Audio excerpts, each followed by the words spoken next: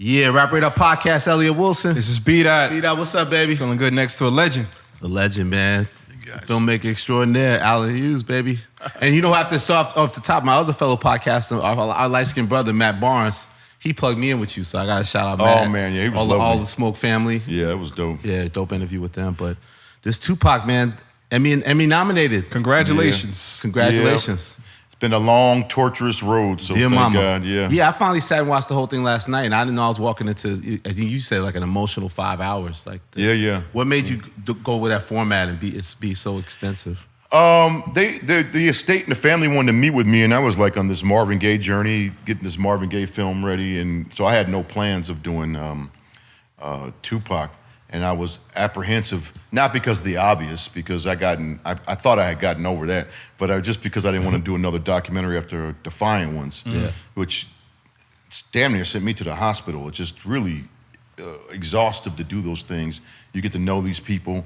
They become your family. It's very emotional, and you know you're trying to do new things, and sometimes you don't get the rights to things. You guys know that music or whatever. Yeah. Anyway, so I didn't really want to do another doc, but I said, give me a few days to think about it. And when I thought about it, I go, man, if I could do a dual narrative with him and his mother and make it multiple parts, I'll do it. And they agreed, and I made the grand mistake of doing it in a beautiful way. You're saying sometimes compared like even with Godfather 2, right? To tell sort of these dual stories. Yeah, I like that. I like the idea of like trying to push the medium, the narrative medium. And I always say we're educated from left to right. We read from left to right. But we're wired. I meet Elliot. I meet you at the age I meet you, and I learn about maybe your college years or when you're 5 or what so we're wired to be more nimble with the way we receive narrative. So Godfather 2 was my favorite of the Godfather films, about the sins of the father falling on the son and what the weight of that is, and back and forth, and the themes, the central themes with the father and with the present day son. I said, well, this would be the single mother that is the activist, incredible woman that Afeni is, and the former Black Panther. What were her thoughts and actions, and how did they affect her son? And to learn about him through her, I thought, and using that device, like that Godfather 2 device, I thought would be interesting. We all know you know Tupac. Did you know Afeni? Unfortunately, I didn't. I never got to meet her, and when I knew Tupac, I believe Afeni was in rehab or in New York. It's back east. This was 91. So she wasn't, he was still living in Oakland at the time, and so his mother wasn't around at that point. Yeah. You talk about building these personal relationships. One thing I didn't know about when I saw it was this aunt he has, and how important she is to me, to the story and the narrative. Can you speak to her? Well, first of all, Glow is like, some people are just natural storytellers, like just gifted storytellers, and they go back to that tradition of spoken word.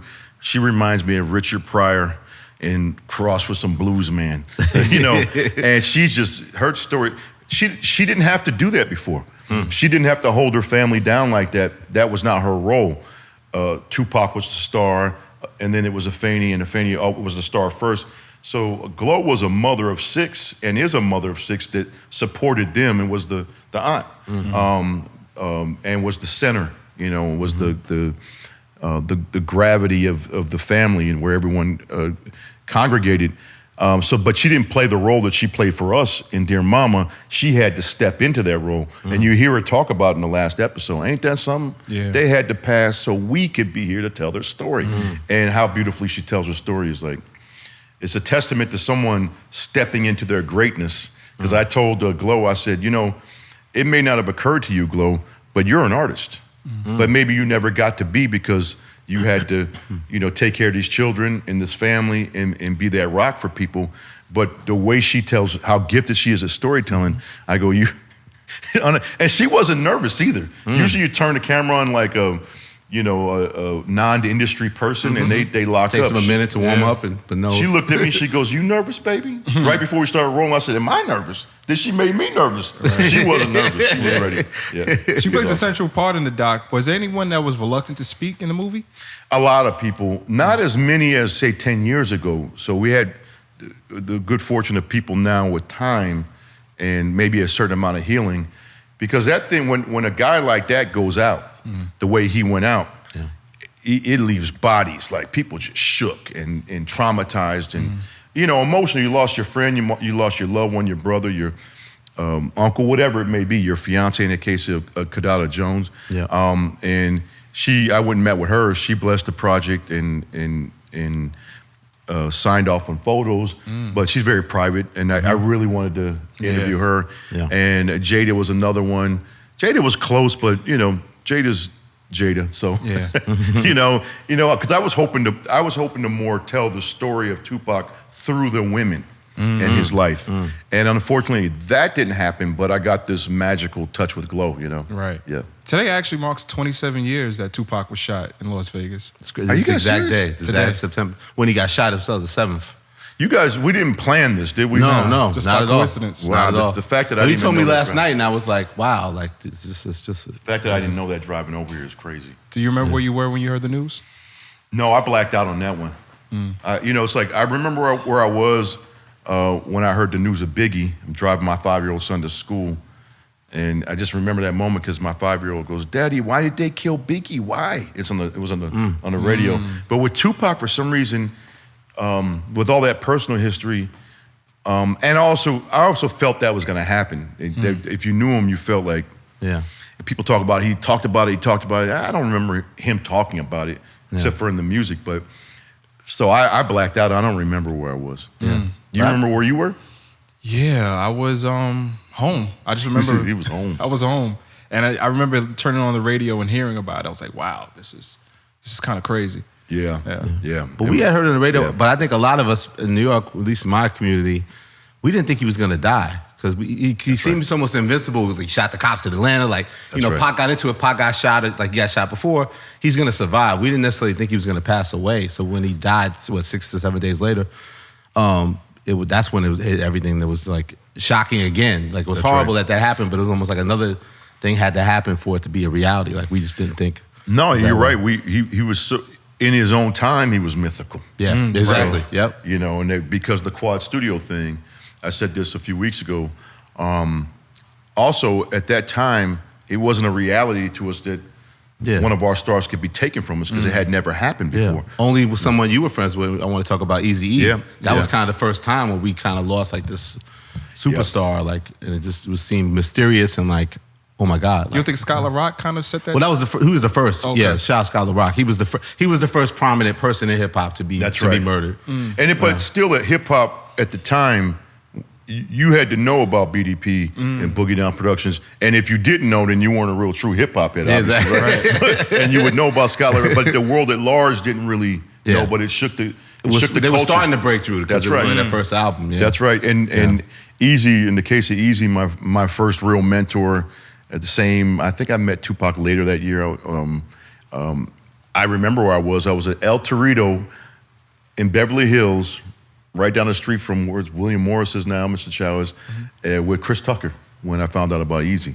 Now that one I remember, because that AIDS thing was getting shot. We know about that, and there's certain people in the community that know about loved ones passing of AIDS, but never like this ultra. Heterosexual, toxic masculine, like guy dying. That was shocking in the case of Eazy. Yeah. How did you Eazy first connect? I was me and my brother were trying to break into the film business. Did I have the script for Menace yet? Nope. And we were on the set of Always Into Something, the second single on the Niggas for Life album. Yeah. And it was late. We had somehow worked our way into being some extras that get shot because we knew how to take squib hits and Wait, you're in the video getting shot? Oh, my brother got shotgunned from Eazy, like blasted off his feet. I don't. Am I in that music video? I gotta watch that. We did some stuff in there, but I saw it was late. Everyone was drunk. The DLC, Dre, everyone was drunk, and I don't know what possessed me to walk over to Dr. Dre. I just felt like that was the guy because I saw these cameras, these news cameras. And I found someone told me that Eazy-E owns those cameras that those guys got. So I walked over to Dr. Dre and said, "Can you introduce me to Eazy-E?" He introduced us, and he goes, "All right, man, write your number down, it's that." And by the way, so pause on Dre. Me and Dre are like brothers now. I met him then, but for 2 years, me and Dre didn't know each other. It was Easy. Easy called us the next morning. Yeah. Hey man, why don't you guys come out to Norwalk? He had a house off the I can't remember what freeway that is now, 605, I'm fucked up. And that whole summer, we were with Easy. He'd pick us up in his dually or his 850 BMW. We were 19. This was the summer that Boys in the Hood came out. Wow. Two things are happening while mainly I'm with Easy because my brother would get impatient when we wouldn't get paid. He was like, I'm out. So my brother hung for like 3 weeks, maybe a month, and then I stuck the whole summer with Easy. And we shot some stuff with NWA back then. But what was happening simultaneously with Easy was we were hearing in the office about this guy named Suge, and something's funny with Dre. So Dre was showing up because that album was the first, I believe, hip-hop album, rap album, to be entered #1 on the pop charts. SoundScan, first being a SoundScan era. Yeah, Thanks for life. So they were doing these photo shoots, and we were there filming the photo shoots. And Dre would show up at the last minute, and Dre would leave right away. So Dre was already, there was something funny going on with Dre. Cube, think about this, Boys in the Hood came out that summer. And I remember being on Hollywood Boulevard with Easy and Ren, and they were having a hard time with the success of it. You know? And he had left NWA. Exactly. And it was blowing up. He had that How to Survive in South Central single. America's Most Wanted had already dropped. Killer Will EP. My God. Killer Will EP. That EP was the shit. So Cube was the hottest thing in hip hop. Yep. And Dre was out the door. So I'm with Easy as he's losing. Toughest time. And I didn't realize one day we went to his house and he's getting a fax from some attorneys. And the thing that was wrongly depicted in the Straight Outta Compton film that he got the beat down in the studio, that had just happened, but it wasn't a beat down. And he's trying to sue Suge, and this stuff was coming through. But he had just went to the studio, I guess, 2 weeks prior, and got muscled into signing over the contract. So we were around all that stuff and didn't know that's what was going on. Well, another hot artist that you're associated with is Drake. He gave you props recently on Twitter. Oh, yeah. How did he get on board with the film? Well, here's him, Future, and a producing partner of mine, friend of mine who works with them now, Peter Nelson. Somewhere over a year or so ago, we needed some help, financially. We needed some help, we also wanted a company that understood, what we were doing to come and just support us and help out in some of the strategic marketing and stuff like that. And they were kind enough to come on somewhere in the process of making it. And because I was over budget too. I was over schedule and over budget. Right. So, and there's several projects we've been talking about doing together, a film project. And I like what Dreamcrew is doing. It's not like typical, all just, hip hop centric stuff. It's eclectic. So they're real smart about what they're doing over there. So I wanted to get to know them, Yeah. What's it like, because you think about somebody passes like the estate of this person. It seems to be very intimidating. Like, how do you deal with the estate of this person who's no longer living? Like, what's that process like dealing with? But depending on the estate, I think it's probably always going to be somewhat of a nightmare. In this case, I wouldn't say it was a nightmare at all because of Glow, and then you have other people at the state that on the business side that Afeni had left it that way, and because I know all of them. I have a history with all the principals on the business side, but it wasn't until I met Glow where I was like, all right, she's all heart. She's a sharp woman too, but her heart is always in the right place. Even if she's struggling with something to figure out whether it's the right or wrong thing, because I know Tom Wally, who signed Tupac, and he's the executive of the estate. I got to know Molly, who works everything. It's like the gatekeeper there. And there's other individuals in the family that really are prominent in the. So it's family and it's executors, and it can be difficult because you're trying to do things. In the case of Dear Mama, where I'm like, all right, let me get the acapellas, so I can put them out to this and set them to score, so Grandma can understand this basically, right? Because I know hip hop, as much as we love hip hop, sometimes when you're just rocking with the beat, you're not going to get your parents or your grandmother or someone that's foreign to hip hop to understand the poetry. So they weren't. They were challenging when it came to that. Like, why do you want this? How do you want? You know, if we give you these, everyone's got to sign NDAs, or you know that they're not going to let it leak out because a DJ. You know, Allen wanted them exclusives. Hey. Exclusive. That's right. You want to be DJ, right? Oh my God, for sure. Yeah. All my life I want to be But that's a one of my DJ. favorite things. I think your usage of music, like that creative way that you're, using acapellas or filtering out the backgrounds or changing production. Like, I think that's some of my favorite parts about the project. You know, it's something I take a lot of pride in because, it's like lovemaking or dancing or kissing. Within the first 2 seconds, you know if you're in bad hands. Like, you know what I'm saying? When you go to wherever you go and there's a DJ and they're playing oldies, say it's all like 60, 70 stuff. And nowadays, these guys just play 5 seconds. I'm like, what kind of ADHD shit is this, man? I don't want to be nowhere where you just cutting like... Right. So there's like an art to like presenting it. If you're going to take an Al Green track and you got to put a wham wham on it, like there's an art to doing it where if you're a diehard Al Green fan that you love what this DJ's doing. It's capturing the essence. Capturing the essence and not destroying the thing, It's a precious thing, I think, But the doc does feel very definitive too. Like I don't think you could come out with another Tupac documentary after this one. That would be nice.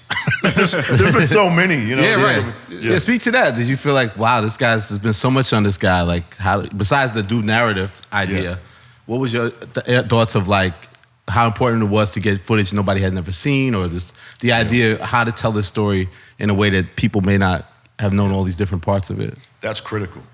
All that stuff, getting unseen footage, unseen tracks, even those moments you heard at the beginning where he's in the vocal booth and he's like, in your cage full of rage, you're more than my mama, you're my homie. He's mumbling a whole nother verse that you don't hear in Dear Mama. On the Dear Mama track, we just unmuted the track and he's over there mumbling a whole nother verse. Like those are the things that bring people closer, the fans closer. Now you were saying something about the other docs, the whatever. Yeah. I think that's the interesting thing about Dear Mama is like we did really well. We set some records for the network, FX Network, for the premiere. We did real well with the critics, like 100% with Rotten Tomatoes, doing well with the Emmys. However, I do think there's this thing in the culture where a lot of people are like, yeah, I'll get to it. I know everything there is about Tupac. Right. Because there's a lot of people I meet that you would think they were hip-hop, well, Tupac fans, hip-hop fans, and they haven't seen it. And you go, why haven't they seen it? Because they feel they've seen Tupac's story, or they know Tupac's story, or there's a dizzying dozens of documentaries out there on Tupac. Stuff on think, YouTube. But they all really scratch the surface. Are they dealing with the murder? Are they dealing with this? And there was a well done one that was nominated for an Academy Award, Resurrection, and it was done in his own that was voice. done well. That was done well. So you can't really, and that was very particular. So it's like, but without going into the childhood or into a Afeni story, I don't think you, to your point, have a definitive story. Right. Or without going, if you watch Dear Mama, you'll see the number one thing is it's an emotional, psychological, and spiritual journey. You could feel that. It's not like a logical journey. It's not like a stats. This is what this is. It's always palpable. And I was always cognizant of like, what is he feeling right now? How is he feeling? Why is he making this decision? How's that affecting his mother? How's her decisions affecting him? So it was always like an emotional, spiritual, and that part I don't think has ever been, why is this kid, how did this kid become the hit 'em up dude? Like that whole arc right there, which never made sense to me. How did this pure, almost innocent artist who had all the talent in the world and was a poet become the outro of Hit 'em Up? And believable, like that was terrifying. It's horrifying. Well, my wife Danielle Smith, she grew up in Oakland. They were friends coming up, and what they always say about him in Sheikas is that he would go there fast. He's short tempered. Oh man. Oh man. And you know what's funny is like, and he was like that. He was always like this that. Wasn't always like that. That wasn't death row. That was always a part of what I'm trying to say, right? I would always say, oh, he saw Juice, and I think he saw Juice because we were with him when he saw Juice for the first time. And it clicked, but he was always like that. Like he can go from like joy and love and happiness, and something's happening in that corner, and he's like, doop, boom, and he's gonna run right into it. What's your favorite Pac album? Probably Machiavelli. Yeah, I'm a Machiavelli Yeah. guy. Even though I don't like every track on the Tupac's had an interesting career where, because he was so loyal to so many people, Shock G talks about this, that the production was never even. You know, so he didn't have the definitive producer. Yeah, exactly. Yeah. And I'm a fidelity guy. Yeah. So I'm like, yeah.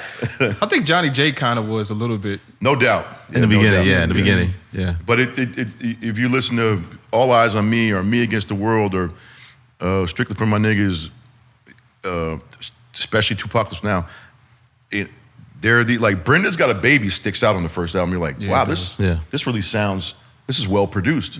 And there's always those songs, Shed So Many Tears being one of them that I didn't realize Shock G produced too late. Yeah. My personal favorite Tupac.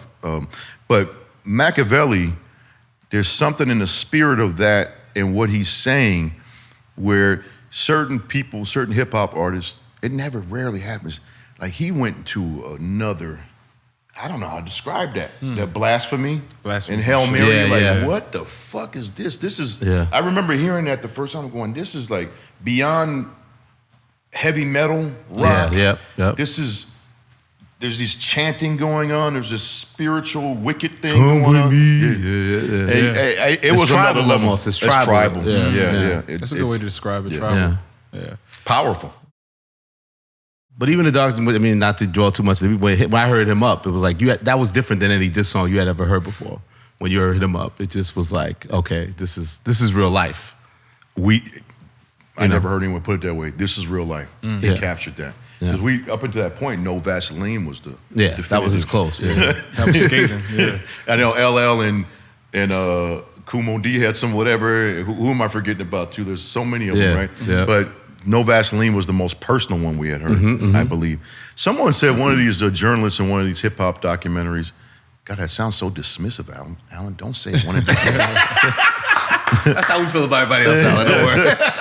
He said something that was really, I'm gonna butcher it, but he goes, you know, the thing that happened in hip hop at one point was like, can you imagine the Four Tops beefing with the Temptations? And not only beefing with the Temptations, talking about their neighborhood and their mother and going hard like that. And that's what hip hop had become. By the time we get to Hit 'Em Up, Tupac reinvented taking it to another level. Yeah. You're like, there's no ceiling. You're like, damn, why the sickle cell though? Just don't. Like for everyone, there's that one. My personal one was a sickle cell one, but for everyone, there's other ones too. Like, damn, why that? Why that? Why he blew past all the stop signs? You know? Allen, you've been on your own for a while now. You know, Dear Mama, you did it by yourself. Defiant Ones, you did it by yourself. Your brother Albert, why was he not involved with this picture? Albert actually helped on Dear Mama. He shot some stuff. Okay. He cut some stuff. And me and my brother are always like this. Twins are worse than just siblings, right? Yeah. But it's also like, you know, it's like being in the Jackson 5. That shit is cute for the first few years, and and then you become men, and you're like, man, this nigga's a Muslim. I'm a Buddhist. Like everybody changes, right? It's different, right? Right. So it's only natural, one, and but he did come early on in Dear Mama, and he set some looks. He shot some things, and we had a wonderful like month before it got back to the brother stuff. And but he did he sliced and diced some things. He's really good on the wheels like that. Okay. So he definitely put his, and I was shocked too because we both have sensitivities around our dynamic with Tupac that's different. And I didn't know how Albert was gonna feel. And he took a tremendous amount of pride in coming on, and for the handful of months he was involved, he showed a lot of love. And I was really proud to see him do that, you know, because we hadn't talked about it. We had never talked about it. How we felt about you with getting into it with Pac and things like that, or we never talked about me making the decision to make the film. I remember me and my brother had a 3-hour conversation, which is difficult for us now. We don't talk like that. And I remember him saying, "Damn," had nothing to do with Tupac, but he says, "What do you think Easy saw in us?" He was asking about that day Easy called us. He goes, what did you think he saw in us? I go, he saw, now you get older, he saw 2 kids that wanted it. That ain't hard for a guy that knows talent. And then he had some other questions about, then he went into his You know when Tupac comes out of the and I Get Around video, busts out the door at the first line, back to catch wreck. Yeah. Oh, my brother was like, yo, when he did that, because we were still beef with Tupac. He goes, I knew it was a rap. Like that was, he goes, it was so dope the way he came out. And you could just feel him. That was his first hit single too. Yeah. But to hear Albert say, he's a rock star. You know, I felt like that watching the Defiant Ones. That scene where y'all introduced Tupac and from Brenda Guy's Baby, that cut, Coming and it comes around that corner. Yeah. It's like the centerpiece of that episode. That's right. Right. That's right. And you shot that video too, right? That's right. What was the 19 early years experience of old. shooting those first videos with Pop? All his first videos you shot from That the was first it. album. That was by his insistence. We were up there to meet Digital Underground. We were doing our first music video for Raw Fusion. Raw Money Fusion. B, DJ Fuse. And Tupac was there, but he wasn't famous at the time. And he said, I just signed a record deal. I saw your shorts. I want you to shoot my first music videos. By the time we got to Brenda's Got a Baby, it was the second single. The Trapped, we had done Trapped first. Right. In the interim after Trapped, and we were kind of hot, getting hot. We were 19. And I remember we were very close to getting the Scenario video, Tribe Called Quest. Wow. Very close. And we're like, oh my God, we get that Tribe album. That summer was the album. Yeah. Right? Low End Theory, right? Yeah, Low End Theory. 91. Yep. And we knew the woman, Ann Carly, at Jive. Yeah. And she was a friend, and she had to call us and say, I'm sorry. I used to always remember the director that got it too. We're gonna go with the other guy, and we were so devastated. Was it Ralph McDaniels in it? No. Lionel? No. Lionel Martin? Nope. Who I think got it was a white dude that did that music video. wow. I may be wrong. No, I gotta look. Pull my card on this one. But I remember we were so devastated, and for a month we didn't work either. We were used to working. We were so devastated. Wow. And we were like, the next thing we do, we're gonna pull out all the stops. Like we're going all in. And the next thing that came up was Brenda's Got a Baby. Wow. And at that point, the relationship with Tupac was fracturing. So when his manager, Atron Gregory, called and says, he's got a lot to do, so you guys got 2 hours with him in the morning. You have to shoot him out. We were like, perfect. And because we had so much narrative to shoot in that music video. And it's a beautiful song, one long verse, true story. And Tupac came in, showed you the power of Tupac. He shot for 2 hours. We put him in this setup, that setup, the one on the street where the camera's doing all the, put him with the little girl, and he was out of there, and you wouldn't know it. He's so powerful throughout the piece, you know? You're in the video too, or is that your brother? Yeah, that's me, That's several you? times, Okay. yeah. Is the true story based on the incident that happened in New York? Yep. Okay. Yep. Young female in the, Okay. and that's chronicled in Dear Mama. Yep. And the opening of part 2. Yep. What was the initial conflict? With Tupac. Yeah. It was just 3 19-year-olds. Tupac's a little older now, so he may have been 20. I think Tupac took a tremendous amount of pride in discovering people, and there were always these teenage artists around, hip hop artists or whoever, producers or whatever, and he would take them in. And I think he felt that I think he felt he discovered us. That he helped put you along. Okay, got you. And I think that when we would like hold the line on something or like fight back on something, he didn't like that. And particularly, but beyond that, I think he was having a difficult time. Although he wanted it and he was a natural to it, I think he was having a difficult time with fame. And also keeping in mind, like, Tupac's really raised as a socialist, right? And you're in a ultra capitalist genre. Capitalist. You know, Yeah. jewels and this, that, and Tupac's raised to take care of women. Yeah. And you're in a genre that's the word toxic masculinity is now the thing to say, right? About it, but like you're in a genre that is disrespecting women. So especially back then. especially back then. That's a key point, right? And so you could see that he was struggling with that and the fame, and he was getting more volatile. Yeah. And I don't think the weed helped. But the Hennessy, I don't think it helped. But I saw one of the things though, he had to play, like, he tried to play John Singleton against you. Like, I'm doing movies with John. he said that to everybody. Oh, okay. But that's one of the things that's most I don't know, it's actually quite endearing about him, is that once he would find the big brother or the father figure role, he would fall hard for that person. So he told everyone, including us, I'm only starring in John Singleton films. Me and John are gonna be like Scorsese and De Niro. And we were like, I remember being hurt by that because we felt like we came up with him, and we knew he was talented. We wanted to make a movie with him, but we agreed we didn't want to do Menace with him in a starring role because we knew he was becoming a handful. But he also was very helpful in getting it greenlit. So he agreed to this role of Sharif the Muslim. Right. Yeah. And I think he regretted that later because of the image he was leaning into. He was diehard with John. He was diehard at that point, and then that went south. you know. So. Well, what was the process like going from doing music videos into doing movies? I know you and brother started like when you were like 12 years old, started directing. So what was that transition like going from like Brenda's Got a Baby to like doing major motion pictures? Well, I remember like at the time, like let's think back to '88 when we were in high school, Yo MTV Raps. Like you're seeing hip hop music videos, and in your whole life you're dreaming of making feature films, and now you see this whole there's this transition stage. We can break into this first because in '88, people remember when even before Yo MTV Raps, when you saw hip hop music videos, most of those videos had a narrative thing to them. The lyrics had a narrative. Not all of them, but more so than today. Let's put it that way, right? Yep. And so you're seeing like really innovative things happening, and for a little amount of money. Like it wasn't the budgets of rock videos. Like the average budget of a rock video was between $80,000 to $1 million back then. Average budget for a hip hop video was $20,000, $30,000. Our first music video was $30,000. Brenda's Got a Baby was $40,000.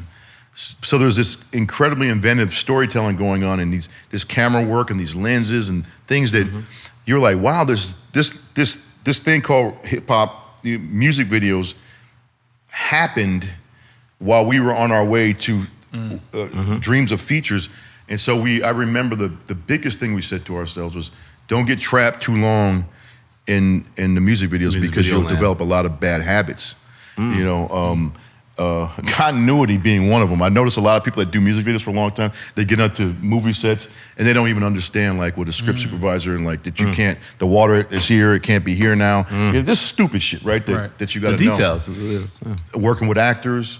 You know, there were like, there's so many glorious things that come with the hip hop culture, and then there's always a rub with everything. So even in rock, the longer you're doing music videos in short form like that, the more you're gonna adopt a lot of bad habits that will not serve you in feature films.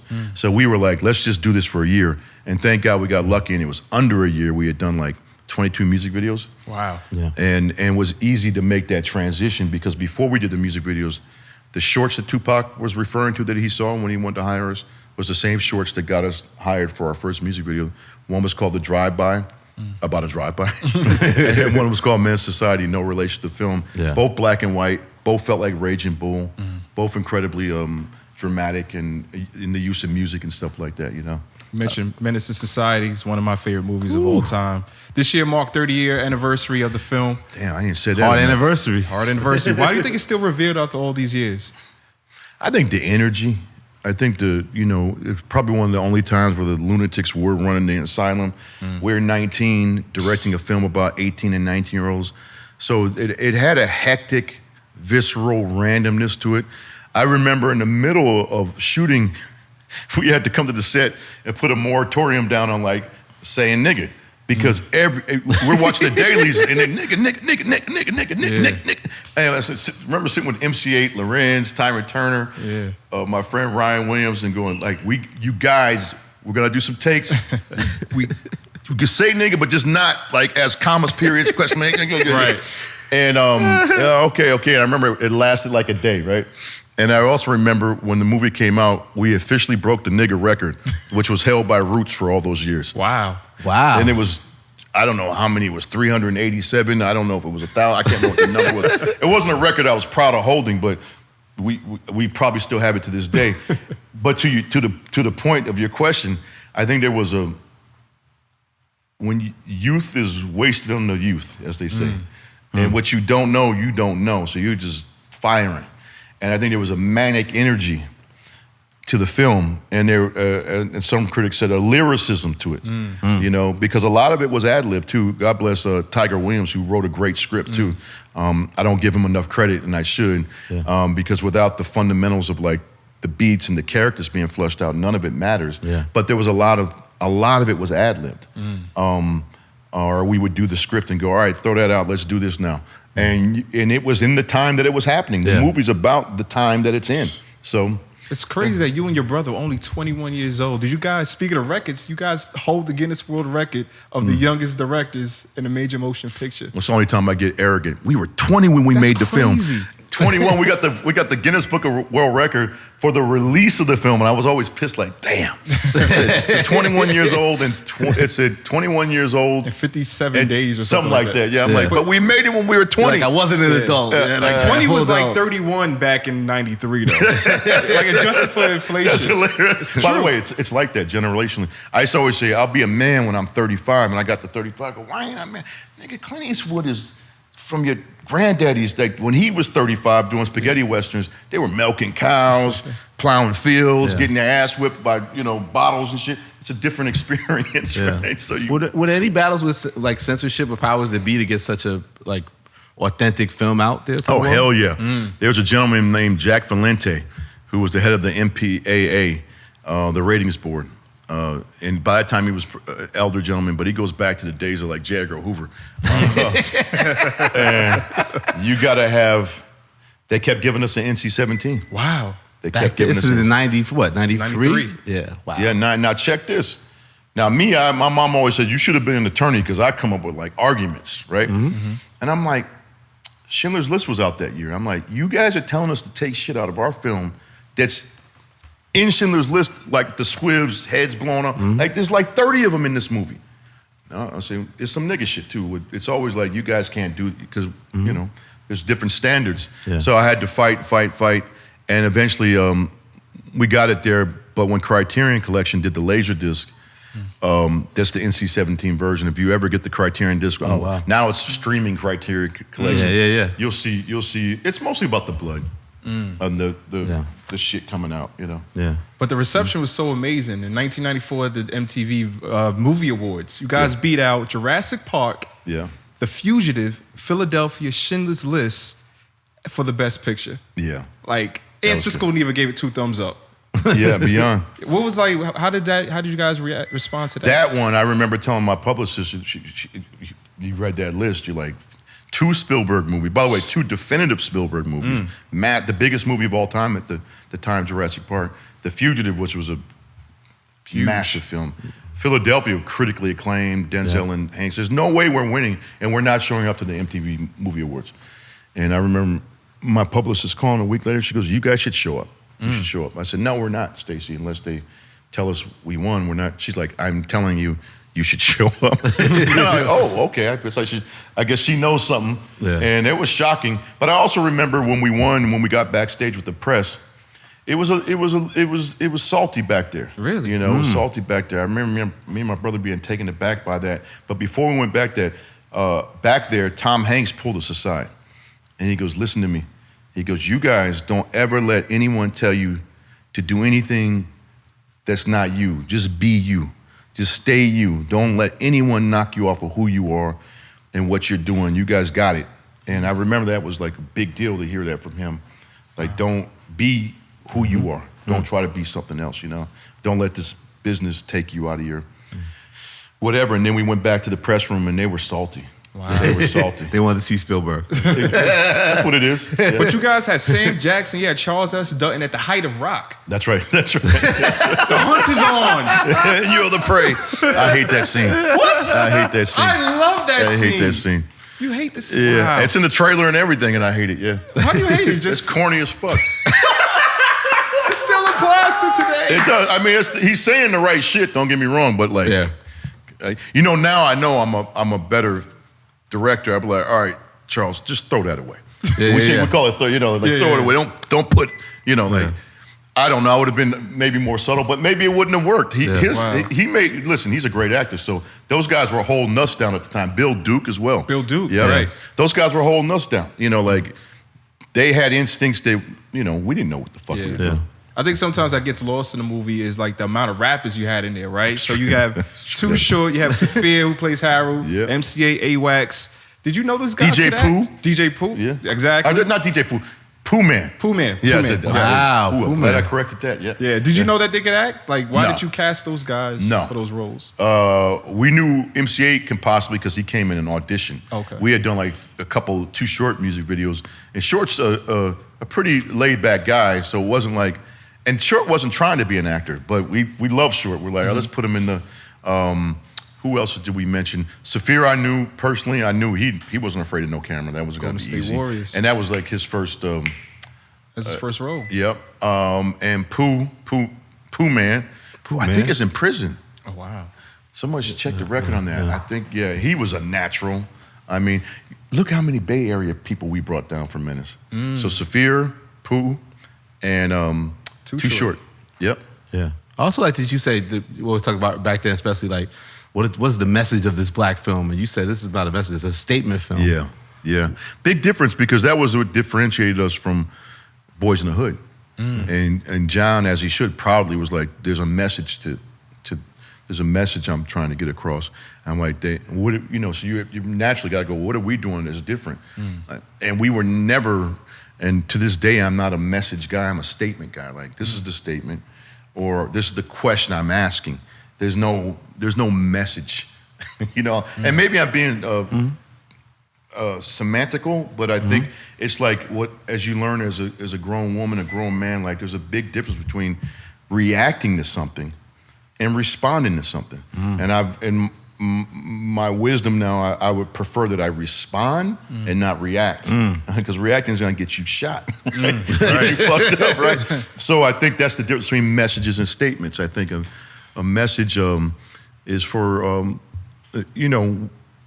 after school specials. The music also is like a character in the movie as well. Like MC8's title track, Straight Up Menace, took on a life of its own, and the soundtrack too, held its own.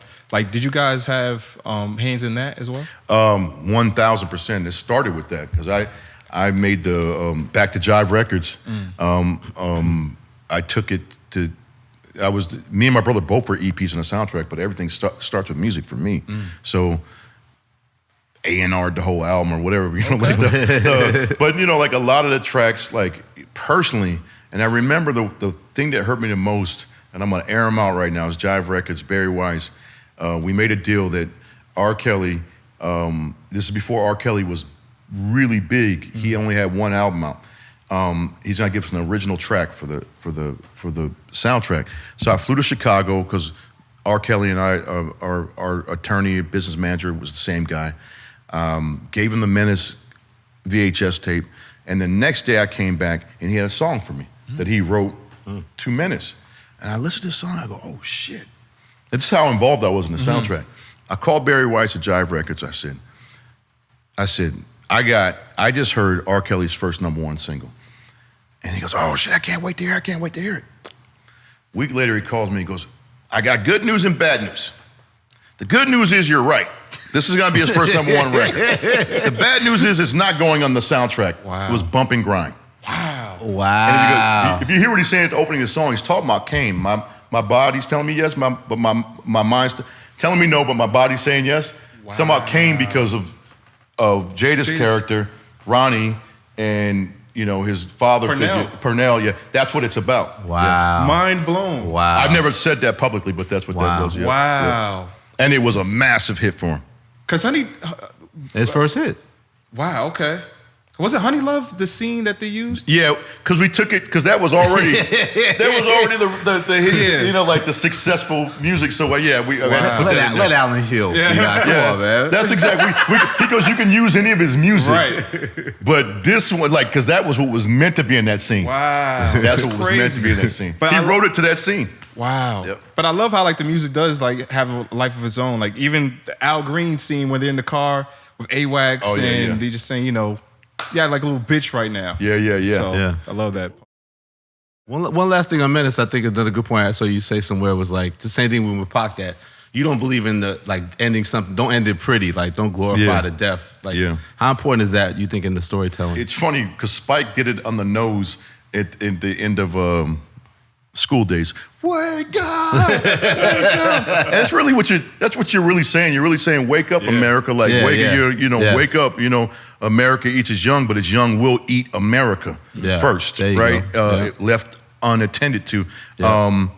So we didn't believe that you can get white America to wake up without ending it like that. Mm-hmm. It's a similar thing, and it gives me chills. It's like I was watching some of Dear Mama with people in a room with diverse people. Some of the scenes before it came out, and there was the one where he's doing the acclaimed movement piece in high school, and then you see his whole life fast forward, and then he's in slow motion, and Shock G's talking about, you want to see a real nigga? You want to see a real man? I'll show you. And then he goes in to hit him up, right? Mm-hmm. There's that whole 9-minute sequence in part 4. And I remember watching that with women, white people, black people, whatever, and people being brought to tears. Mm-hmm. Like, why are they being brought to tears about this beautiful sequence? But because they love him, and they see they're getting ready to lose him. Mm-hmm. And they see him running past the stop signs. And you don't feel emotional for something you don't love. And I think in the case of Menace, when you get to the end, you love these kids. Yeah. Mm. And it's so random. The whole movie's been so random. You're like, I don't know I see these motherfuckers coming around the corner. They're going to Atlanta. They're going to Atlanta, and and that's how you get people. That's how you get people. But in particular, we wanted to wake white America up, because, as they said, you see on TV back then, people crying over little seals getting killed, or like really trying to rescue dogs, but not trying to rescue black children. And so clearly there's a feeling missing here, compassion missing here, identifying with black children as human beings, and say, all right, let's reel them in, let's get them into these kids, and let's start popping them off randomly. The good one too. Maybe not the bad one lives. The bad one lives. Start just randomly the way life is. And it thank God it did wake him up. It did go, wow, like this is not only that, but like this is what's going on. This is why it's going on. Because the real thing is like, why? Mm-hmm. I'm glad you rejected the idea of a sequel. Even though I have still unanswered questions, I'm glad that. Like what? like what happened to Anthony? Did he grow up? Did old dog get released from prison? I still don't know, how did Kane steal the rims? This is the 8-year-old B-Dot. I was 8 years old when I saw Menace Society. So inappropriate, B-Dot. I know, I'm sorry. What was the last one you just said you still don't know how How Kane stole the rims at the drive-thru. Well, he kicked the motherfucker out the car, took it to the shop, chopped it and took it. Chopped and screwed that shit later. But it's just one of those movies What was your reaction to when Don't be a menace to society, don't be a menace to South Central? It's always a compliment, Okay. When it starts getting spoofed, that means it's in the culture hard. Yeah, okay. Yeah. Yeah. I like those guys though. How proud are you of like the dialogue, like those movies with the dialogue of highlights of certain films and stuff like that you have? That's, now 30 years, like, you go, fuck, thank God we were young, because I don't feel old, because say we did that shit when we were 30, I would feel old as fuck. But that's, again, you just go, damn, I can't believe, to this day, I can't believe people. I remember smoked your cousin. I remember being, when the movie came out, it was maybe even that year, we were at the Essex House off of Central Park. Oh, yeah. And little Leonardo DiCaprio ran up to us. And little Leo, I say, because he was 17. I never met Leo in my life. I didn't even know I knew who he was. Gilbert Grape, this, that, and the other. He wasn't the Leo we know now. Right. Absolutely. He's a teenager. He ran up and said all those lines as if he was a black kid. And he had the cadence and everything. I was like, what is this kid? Like, what is going on? This is in that time it came out. Yeah. And then the years that go on, you go, I remember this. I remember Enter the Dragon. We memorized all the lines. Yeah. I remember Scarface. Yeah. That number one, you memorized all the lines. It just, that means you have something. Now, my problem is me and my brother both have problems with Menace and like, ooh, that's like that. That's like, so I said, finally I gave myself a peace of mind, because two of my favorite films of all time, outside of Scarface, which is probably seen more than any film, really, for real. There's Enter the Dragon, Bruce Lee, and Purple Rain. Okay. But if you watch both those films, they got a lot of corny moments in them, right? It's floss, But not when the motherfuckers are performing. When it's time to kick some ass, it's impeccable. Yeah. When it's time at Purple Rain for Prince to hit that stage, it's impeccable. Yeah. The way it's shot, the way he's moving, the way he's singing. So I guess Menace, when it was time for the jump off, we did our thing. There's some problems in between, and just move on, Allen, let it go, Do you still watch your stuff then? No. Oh yeah. Once it's done, it's. Nah, I can't watch that, especially that one. Hell no. People tell me that, like, someone came up to me last video. I just saw Menace last night. I'm sorry. I feel like, Dan, don't judge me, you know. Wow. And I'm serious. Like, there's some really corny shit in that movie. Yeah. You also said something about Dead Presidents that you feel you were too young to make that film. Big time. Wow. Yeah. That's like a war vets coming home, grown men coming home from grown man experiences, black men, and it's like real shit. We were 22. Yeah. And, you know, we understood what we read and we did our research, but it's not enough experiential, there's not enough life lived to have really told that story and given it justice. And again, there's some moments in it that are interesting and dynamic, but as a whole, it's a little uneven and doesn't work in areas. And man, it is what it is. You're too hard on yourself, Allen, man. I think it's such a great period piece. Like, I watched it recently with 30-year-old eyes as opposed to when I saw it as a teen. And I'm like, wow, this is like, it feels like I'm back in New York City in the 1970s, a time that I don't even know what feels and looks like. Yeah. Like, even when I hear Isaac Hayes, The Walk On By, it sounds, I Straight identify with that movie. Yeah, and that saves a lot of scenes is when you have something, because how authentic is, you know, Who's on Your T-Shirt and Isaac Hayes, two of my favorites from that era. Yeah. When you drop that needle, as in even with Menace, and you hit that needle and you play Love and Happiness, it's gonna make you feel a certain way that the scene may not even really have in it. So that was the beauty of, even on Dead Presidents, I remember we went and shot a music video out in the desert where they did the Knight Rider opening, you know?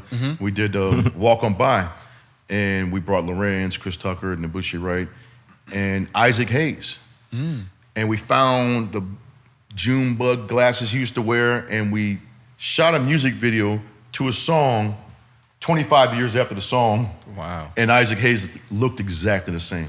Wow. Yeah. You see the impact of that film all the time, though, especially like in Halloween. Oh, Halloween, people big time, yep. dressed up like that. What do you think about that? Again, it's an honor, you know. You just, I think now, the thing I think about, just exciting to make, I would have loved to make Dead Presidents now. You know, because I know what I would be able to do now. But now I got 25, 30 years of doing this, so now I'm like, all right, well, let's focus on storytelling now that I know what it is. When you're young, you don't have full command of everything. And you're young, you're on the set, and when we were young, we didn't realize there was this palpable thing on the set with these men. I didn't understand what it was. They're looking at us like, look at these motherfuckers. I didn't understand that they were judging us and they were pushing back against us. So you're not, you're not, I don't know, you're not moving as effortlessly as you could. Every movie, everything is challenging, but as you grow wiser in life, you find, again, the difference between reacting and responding. You know, you start to deal with things in wiser ways, and you know how to tell a fucking story, you know, I hope. How are you going to tell the story of Snoop Dogg? Oh, man, that's a joy. But you know, it's funny, because through the years and a lot of what we're talking about, people always go, speaking of the sequel to Menace, when are you guys gonna make a sequel to Menace, or when are you guys gonna make another hood film? And when Snoop brought this to me and Snoop have been trying to work on projects throughout the years. This is Snoop Dogg biopic. Biopic at Universal Pictures, like fast track film.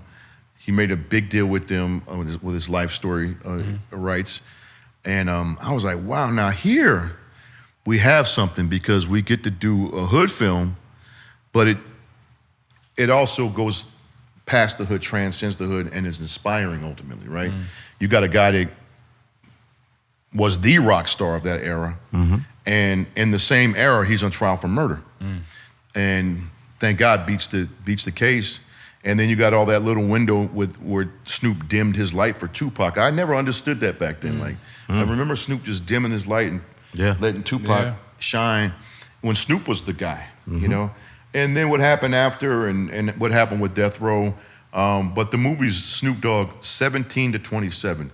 It's from high school when 213 is formed with Nate Dogg and Warren G and all the music they were doing, getting discovered, making the Chronic,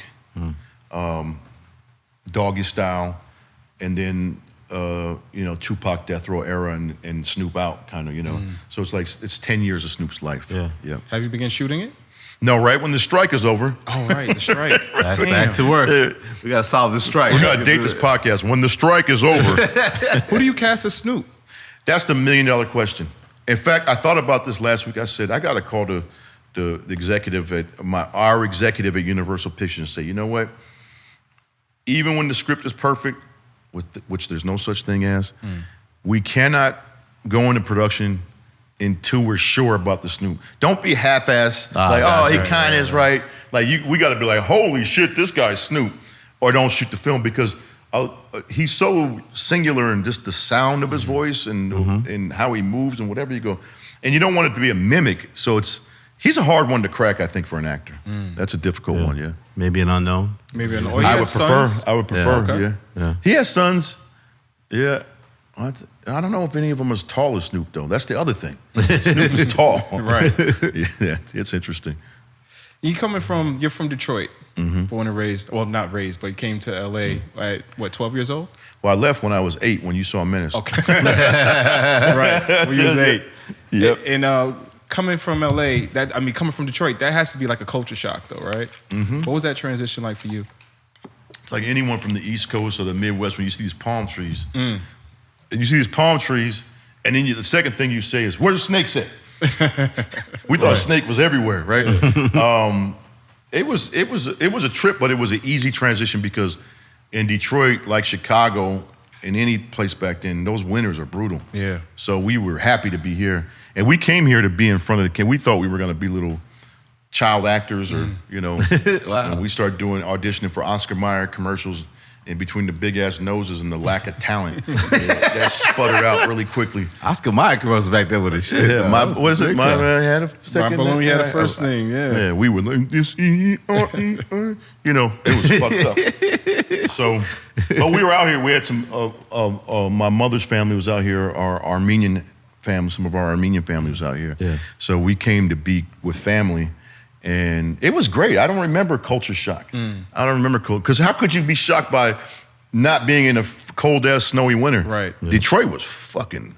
And Detroit at the time, in the late 70s, was fucked up. It's now like, rebooted and trying to fix it up. Reinvented itself, but it was really bad. You saw that film that Michael Jackson did, a title track, Ben, about the big-ass rats? Of course. Them rats in Detroit, I swear to God, like, we got a cat. When we were staying with our dad in the tenements, we got a cat to get rid of them motherfucking rats, right? The cat went missing. After like 3 days, the cat went missing. Me and my brother were pulling a sled around the back of the apartment building. That cat was laid open like this, and them rats was in his ass. Oh, man. In his ass. Like, that's Detroit. That's Detroit. But that ain't his ass, that's his chest cavity, his guts, everything. But coming in LA, right? I'm thinking early 80s, you have Colors, right? And you guys... No, that's late 80s. That's late 80s, Yeah. right. Okay. Yeah. But how did you guys avoid, like, the trappings of gang life? That's a good question because that's funny you say early, late, because early 80s, there's none of that. There's no crack. So the first 4 years of the 80s, we don't know about crack. We don't know nothing. Hip-hop ain't got nothing to do with that, but we don't know nothing about no hip-hop. And in gang, it's still like the movies, like you get shot with a Saturday Night Special type thing. Or you could still get shanked, stabbed. Like, it wasn't like Kalashnikovs, AK-47s. There was none of that. Right. Once crack came, my mother worked her way from welfare to being a millionaire through her just business acumen, putting herself through school, selling a weed inside, and was becoming successful in '84. My mom, with her own business, and our friends had the Adidas suits on and the chains. Their mother wasn't making no money, but her priority was to give her son what he wanted. My mom was like, nope, we're going to Payless shoes, get you 3 jeans, 3 shirts, and rotate them shits throughout the week. And like, damn, we could see she's making a little money. Yeah. But once she knew we wanted to make those movies, she would go get the camera, rent the camera, Spend and it the on little that. equipment, spend it on that. And then she saw one time we were 12, we were 20, we had the camera for a day. We stayed up the whole day and shot movies. Not skateboard videos, not BMX videos, not that, shit that most kids do. We were shooting movies. And then the next summer she bought the camera, she bought the VCR that you can pop out and do shit with. And she always invested in the arts. And that's what, and then one time we sat her down, and then we did a documentary about a crack dealer. Back then, in 85. And then one day, cut to now, to what you just said, 88. 88. Our friend's selling crack in a predominantly wealthy high school in Claremont, California. And he comes from the Cosby home. The kid I'm talking about, his house is like the Cosby house. I'm like, why is he selling crack? With the money that your grandmother left you, like, this is crazy. Yeah. So, but it was sexy. This is one thing no one wants to talk about. In 88, in hip hop, gang and colors and all that stuff, gang banging had, you wanted a beeper. Even if you were well-to-do, you wanted to sell crack. No one ever wants to talk about this, but you wanted to be a drug dealer. Even if your parents were doing well, you wanted to sell, because I have plenty of friends that were selling drugs and they didn't need to sell drugs, but they wanted the low-profile tires, they wanted the whatever. So we sat down with our mother in 88, now that we live in Claremont. We were living in Pomona at the time, which is the hood. And we said, Mom, we're thinking about selling crack. It's a nice heart to heart.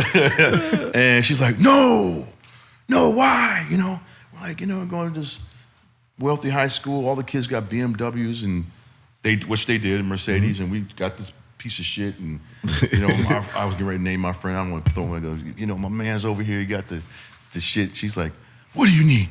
What do you need? She took us to Circus City. You guys remember? Did you guys have Circus City? Yeah. Circuit City. She bought us like $3,000 worth of equipment. Wow. Stop that shit. Stop that. And it did. It stopped that shit. Right. Yeah. But even during that time, obviously you're in the middle of hip hop's, rise. Like, what were you listening to at that time? Like, what did you gravitate towards? Eazy-E. Just Eazy? Eazy-E, NWA, and of course, there was a lot happening at that time. The first Tribe record, I believe. Big Daddy Kane was big. I'm trying to figure out what we were listening to. We were obsessed with the West Coast thing at the time. Of course, LL was always at the top of the list and Run DMC, but by 88, they were no longer, even though LL kept hitting them again. In 88, it was Eazy-E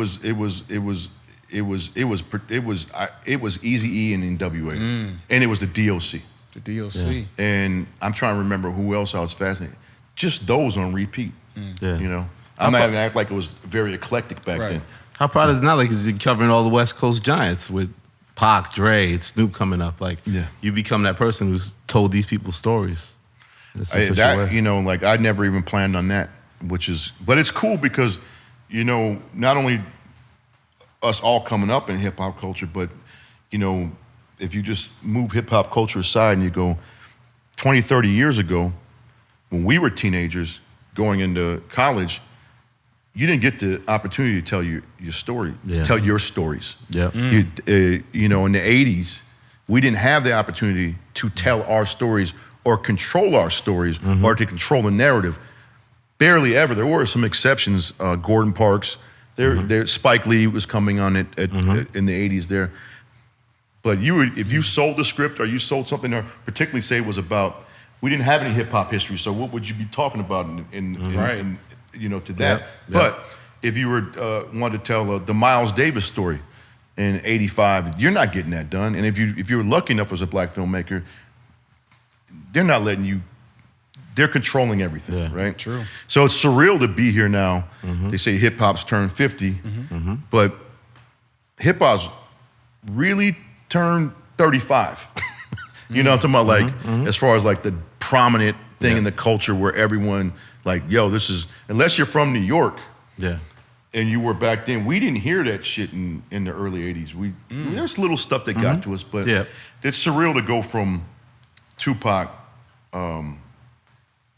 and to Snoop, and when you look at the Defiant ones, all that stuff with Dre and Easy and all that stuff like that, that's surreal. But also to have the presence of mind and go, let's do this right. Also, can't always have rose-colored lenses on. Like, there's some rubs here too. Like there's the good, the bad, and the ugly. And let's keep it real, but let's celebrate it while we're keeping it real. And that's a difficult challenge, What was the biggest challenge doing Defiant Ones? Because you look at Jimmy Iovine, obviously he's a tough cookie out there. And then Dre's whole reputation, he's such a perfectionist when it comes to music. Like them being obviously, your partners in it. Like, what's the process of getting that project done? I think Dre was. Dre can be challenging because of what you say. He's very particular, but he also understood, like, you got to trust me with this because it's you. You know what I mean? Same thing with Jimmy's like, how could you, be objective about you? Yourself. And we had some back and forth, but it was never over petty shit. And I think the key to the whole thing, because me and Dre more like brothers, and in the worst ways too, we can argue like brothers too, like really, really get people just clear the room when me and him. In fact, he tells people, me and Allen gonna go. You guys go ahead, right? But so we know each other like that, and we understand that because he understands brothership, Yeah. Now Jimmy was more like the uncle, or whatever you want to say, like the bigger brother, and to get Jimmy, once I knew Jimmy understood it, then we had something, and Jimmy also led with like. Jimmy said something I'll never forget. He goes, that one guy, yeah, he hates me. Go interview him. But that was the key. Wow. That's the key to Define Ones was like, he was like, that's when I knew we had something special. I knew Dre's thing was special, and it was magical and mysterious. But when Jimmy said, that guy, I can't remember who it was. He goes, he hates me. Go interview him. Wow. I said, we got something here. Yeah. Because before the Define Ones, when you think about documentaries, everyone sat up and was stiff. There was no cursing. There was no what I call shootouts going back and forth. Like, wait a minute. That's not what I remember. That motherfucker's out of his... Yeah. Define Ones had that kind of energy where you were like, damn, this is... I've never even heard people talk like they really talk. They're really talking like they really talk.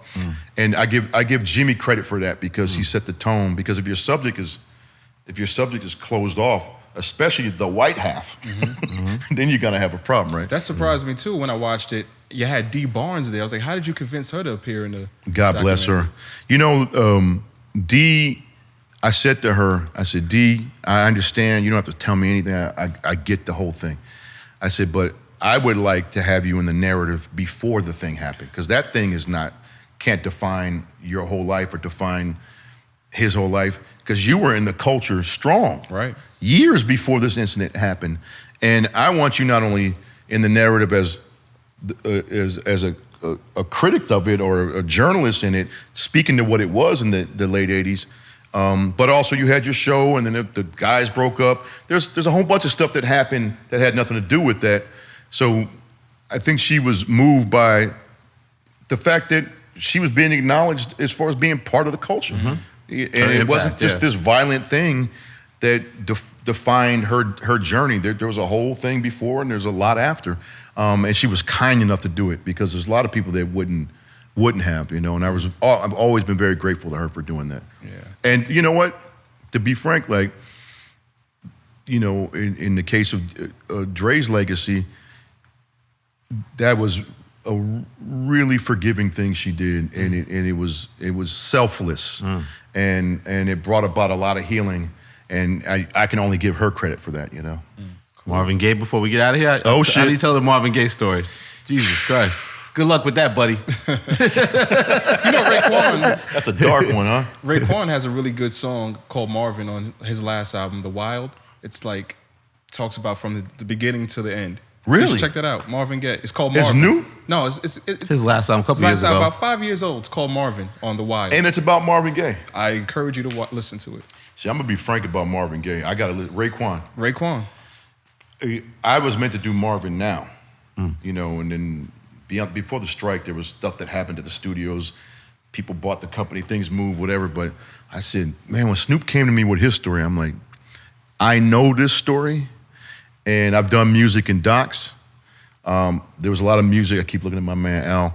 There's a lot of music in the films, but I have never done a musical biopic, like a scripted film. I go, let's start with what we know.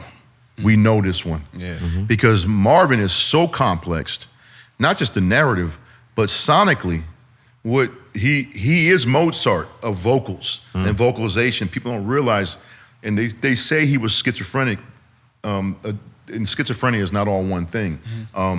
So when you hear the background vocals and you hear the counter melodies, that's all him. That's all him. When you hear Trouble Man, the song, by the way, that's hip hop. I've been to places, I've seen some places, they don't bother me. Like the whole thing is, that's 1972. That's hip-hop. Bars. So, but when you hear his vocal arrangement and his production and what he does sonically, the challenge for me, because the story is Shakespearean. It's probably one of the greatest stories, if you execute it the right way, that can ever be told about a man and his father, right? And his love life. But that era now we go back to the dead presidents thing. Now I'm gonna go back. Now let's get it right. So much research you gotta do, but the complexity of like the way was someone like, have you seen Amadeus, the film Amadeus? I've never seen it, but I'm familiar. You gotta check it out. You've seen it? No. You gotta check it out. Came out in '84. Yeah. Produced a rock hit, Rock Me Amadeus, but it wasn't in the film. And it's about Mozart. And when you see it, you understand what's going on in his head. And it's not corny. It's like, it's a whimsical film too. And it gets a little dark, but you're like, that thing right there is very hard to execute in film. And so I'm gonna take my time as long because we finally got the music rights. We finally got everything. And everyone's been trying for so long because it is such a unique story when you see the details of Marvin's story. But I just think sonically what he was doing, I think that when you do biopics right, people should walk away and go, damn, I never knew. You should hear the song in a different way now. You should hear the record in a different way. And if you're not gonna execute the film where you're like, damn, I thought I loved Let's Get It On, but now I really hear it. I thought I loved, Got to Give It Up, which I put in Menace. I thought I loved Sexual Healing, one of my favorite mixed songs of all time. But when you do it right, people come out, they hear it in a different way. That takes a lot of work, you know. Got the name for it too? Dear Papa. Dear Papa. No, man. He's slick with it. That's funny. But go see Dear Mama, man. Stop sleeping on it. Hulu. Oh, we got Defiant Ones coming to Hulu too. Okay. You do? This next week, Defiant Ones is on Hulu and Dear Mama's on Hulu. Oh, so awesome. you can watch all fucking 9 hours. Actually 12, because you can watch Arnold on Netflix. Boom. We didn't even get to talking about Arnold. Schwarzenegger, that's the culture too, baby. Let's talk about Arnold real quick before we get out of here. I walked in to meet Arnold. I met him in the 90s. Schwarzenegger. See, I say that name again. Schwarzenegger? Did I get it right? I'm still a guy going, Schwarzenegger. Okay. I walked in, and that dude and me locked eyes. I started telling him what I wanted to do. I had an idea for it, and man, that dude is, at one point, I said to him, I said, you remind me of like a black pimp or a black preacher. And he's looking at me like, what? Because if you hit him like with a random question or something like that, because he's really good at messaging. He's really good at staying on message. He knows his life. But if you hit him randomly, he starts saying the most profane, profound shit you've ever heard. And it's in rhythm. And it's popping. And it's going. And I'm like, what is this shit right here? You realize, and when I made the movie, I was a fan in the 80s and 90s. But when I made the movie, I go, oh, this dude's, there's a reason why he had 3 different careers. Like, he's a special, remarkable human being, and he's putting his energy and his money where his mouth is too. When you talk about like preserving democracy, and you see what he's doing when he spoke to those Charlottesville Nazis, when he spoke to the January 6th rioters, when he spoke directly to the Russian soldiers going into Ukraine, because he was born in a village in Austria where his father and those men were on the losing side of World War II, and they were with the Nazis, the Germans. So he comes from, the reason why he loves America so much is because he comes from a place where they took an ass whooping so hard, right? Right. But I was really happy that in anything I'm doing now, that someone can take their star and their legend and talk about preserving democracy and talk about his climate activism, talk about growing older and losing friends. And he talks about love at the end, but talks about meaningful things. He's not just an actor sitting here talking about himself. Yeah. And that was one of the reasons why I love doing that project, because you go, what does that have to do? Anybody, Dear Mama, for instance, they go, well, we're speaking to something in the culture. We're speaking to something in the condition, in the struggle, right? And anytime you can do a project where you're speaking to the thing and you're asking the why and the what, and it's for me, you know. We enjoy speaking with you, brother. Sir, Thank Allen. you, man. We gotta do it one more time. One more time. Thank you, gentlemen. Absolutely. Allen Hughes, baby. Rap Radar Podcast. Yeah.